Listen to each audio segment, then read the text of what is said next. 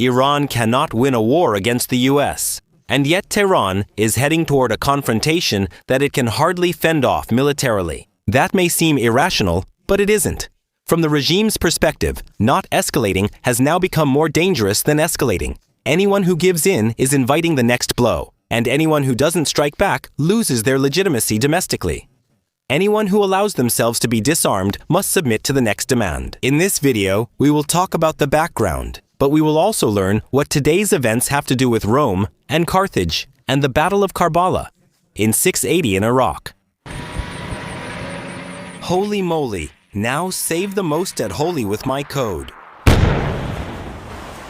The US is currently demanding three things: the abandonment of the nuclear program, the enriched material should be handed over, all enrichment should be stopped, Iran should no longer enrich any uranium, the missile program should be massively restricted. Here, there will probably be limitations on the number and range of missiles. However, this attacks an existential question for Iran. Support for the proxies should also end. Iran supports numerous terrorist organizations: the Houthis in Yemen, Hezbollah in Lebanon, Hamas in the Gaza Strip, and Shiite militias in Iraq. Here, the support that gave these groups striking power through arms and money transfers is supposed to stop. This too is hardly bearable for Iran and is therefore categorically rejected. So Washington is not only demanding limits on the nuclear program, but is also targeting the core of Iran's deterrence, its missile arsenal and regional leverage. And that's exactly why, from Iran's perspective, these demands are not points for negotiation, but rather an existential risk. Currently, however, there are no demands for domestic reforms or even a forced end to the regime, despite the massacre of its own population, in which possibly more than 30,000 people were murdered in just 2 days. In the event that there is no concession here, Trump threatens military action. The military buildup is massive, but Iran delays and starts new rounds of negotiations. Should it not give in to avoid a military strike that it cannot win? Because let's be honest, Iran has weapons that, with a bit of luck, can also cause damage. It has no chance of defeating the US, even if it causes damage. Still, it delays and does not give in. Why? One of the reasons is ideological. The regime is revolutionary and radical. Its religious background allows little room for maneuver, as the guidelines from Sunnah and Sharia limit the possibilities. In addition, Ali Khamenei has started to talk about Karbala, where Imam Hussein was defeated and killed by the Umayyads in the battle in 680. In doing so, Hussein chose martyrdom rather than submitting to a false ruler. This battle is a central event for the Twelver Shiites, to which the Islamic regime in Iran belongs. For external audiences, such things are only of symbolic significance. However, for the political consciousness of the Shiites, Karbala is a moral and political code. It is the glorification of resistance in the face of an existential threat as opposed to compromise. In order to maintain legitimacy as a theocracy, Imam Hussein serves as a moral role model who preferred to go into battle with 72 men against 4,000 rather than surrender to injustice.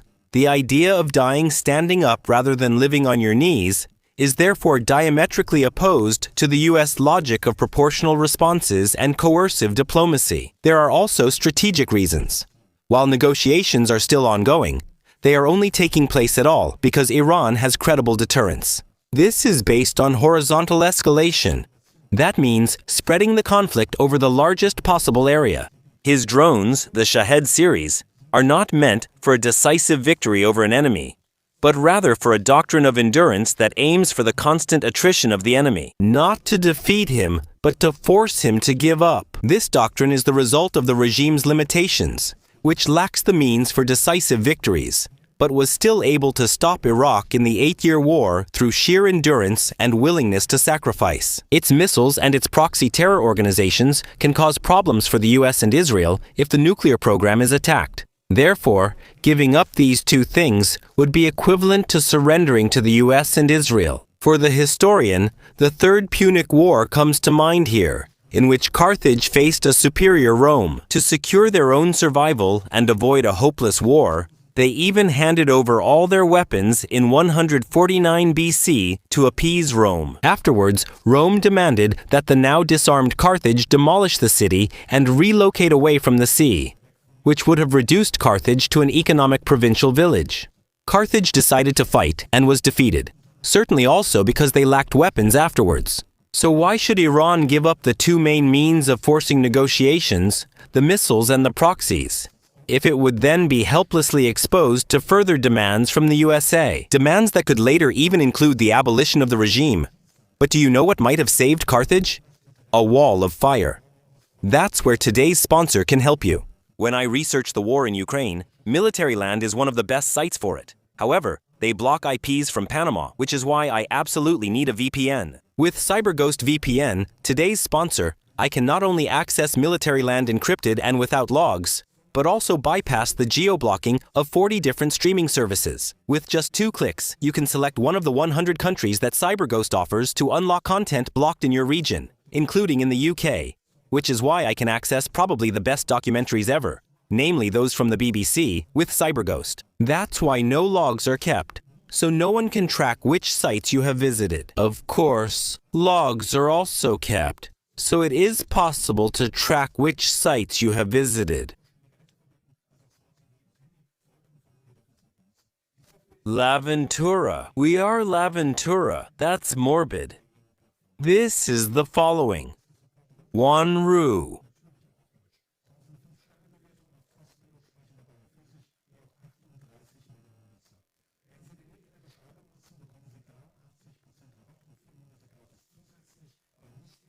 It's a 45-day money-back guarantee. But what are the Iranian plans? In the event that war breaks out, Iran does not have to defeat the USA. It just has to raise their costs to the point where the American public and politicians demand an end to the fighting. That's why Khamenei threatens to sink an aircraft carrier. In theory, Iran would have the means to do so. However, its chances of success are limited. Large-scale attacks on US bases are more likely, which according to Iran's UN ambassador, would be a legitimate target in the event of war. 40,000 US soldiers would then be exposed to Iranian attacks.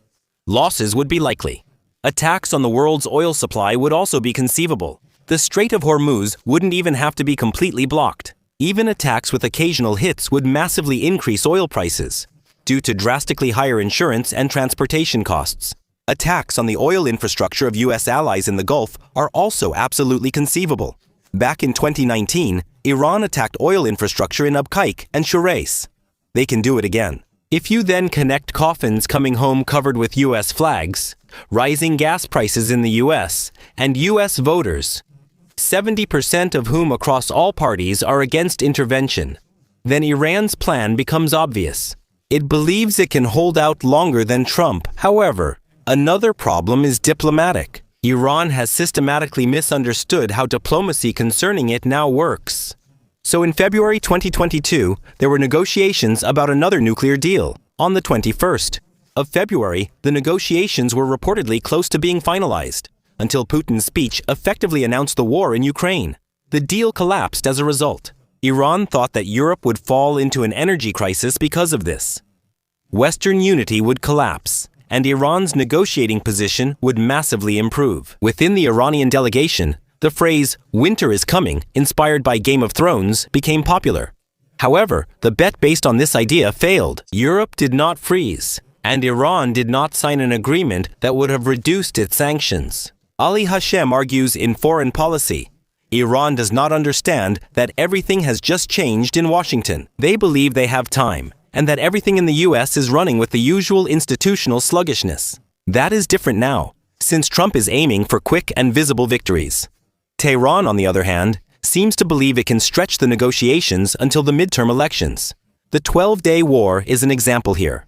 According to Ali Hashem, Iranian diplomats believed before the 12-day war that there would be no Israeli attack before the end of the 6th round of negotiations. They also believed that Israel would focus on the nuclear facilities.